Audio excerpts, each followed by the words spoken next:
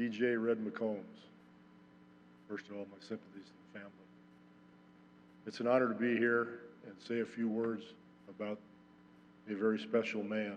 And we all have seen him on TV. We've read about him. Those of us who have been fortunate enough to know him personally understand that he was a larger-than-life figure. His booming voice, his intimidating countenance, his straight shooting. He suffered no fools. Special guy. We know about all his adventures, exploits in business, in oil, in sports, in real estate, in communications, and on and on. But he was way more than that. He really, really loved the journey. This is a man that understood his priorities, and they started at home with Charlene and his family. That made him a very special person in my life. And as I look back and you start to drill down deeper and deeper into who he was, there was a whole lot of mush in there. He wasn't this big, tough guy. Down in his soul, in his heart, he loved to laugh. He had one of the best senses of humor of anybody I've ever been around. I can still see him giggling as he would regale you with stories of deals he was planning to do, things that ended up well, things that ended up poorly, his shoulders bouncing up and down as he either scolded you or laughed with you. He enjoyed it very much. When I think back to the late 80s, my first sighting of this man, in the incarnate word gym, he and Larry Brown were foolish enough to give myself and R.C. Buford and Elvin Gentry and Ed Manning our first NBA jobs. We didn't help very much. But he walked in, we were at practice, and I heard these three words at the top of his voice. All right, all right, all right. And I stopped and I looked. I couldn't believe this individual. He had these giant boots on, a hat that I'd never seen before in my life, not coming from Texas, a long coat and fur around his shoulders and around his neck. He walked right out onto the court and everybody just stopped. We could not believe what we were seeing. And I sort of immediately figured out, I think this guy's probably in charge. Or is this a show somebody put on and I'm supposed to start laughing? I didn't know what I was supposed to do. Well, I figured it out pretty quickly. Red and Coach Brown had a little misunderstanding at some point there in the beginning about what should happen in whatever circumstance it was. It doesn't matter. And so Big Dumb Gregg, that's me, talked to a reporter. Hopefully it wasn't Don Harris. I don't know who it was.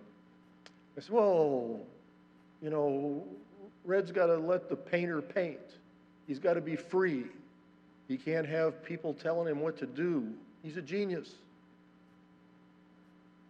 2 days later, I'm walking at some event with Red. Hey, Popper, come on over here, boy. He put his arm around me. He pulled my head down into his chest. He said, son, you ever want to talk to me? Don't talk to me in the paper. Just come see me.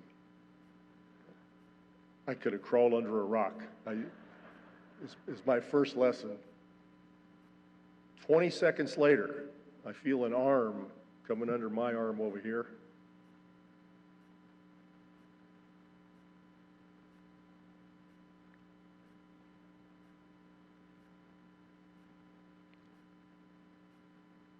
And it was Charlene.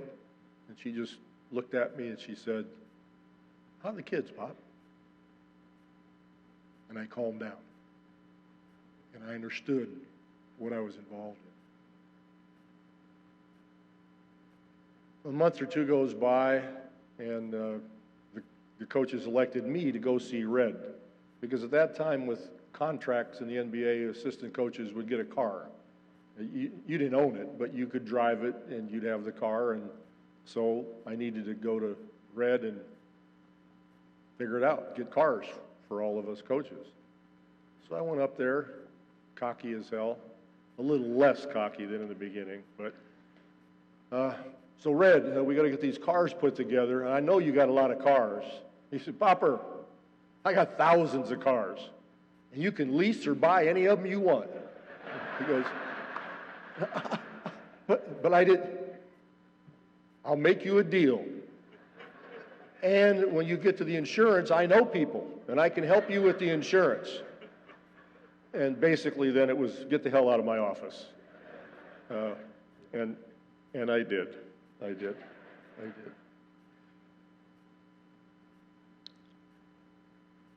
The person I got to know over all these years was the person that I corresponded with notes, with emails, with visits to his office. Susie would let me in. And I'd sit in front of his desk, and I would be regaled once again with all the stories, and the entire time watching his shoulders go up and down and giggle and laugh at the mishaps, at the successes, and that sort of thing. And those are the times that I cherish with him. Those are the moments that most people don't get to have and understand, that this isn't just a wheeler dealer who gave back, who loved his family. He really loved and he really enjoyed all that he did. I just want to share one note that he sent that will explain why I think there's a whole lot of mush in there, along with the toughness and the competitiveness.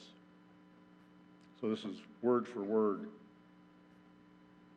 Congratulations, Pop, on a very challenging but very successful season. The best is yet to come. From a professional standpoint, you're in the best position that anyone could ever be in. And this is the part that means something. Just remember to love your family with as much of your time as you can. Have fun. Just know that I love you. See you soon. Red. That's more than a wheeler dealer. Love you, Red.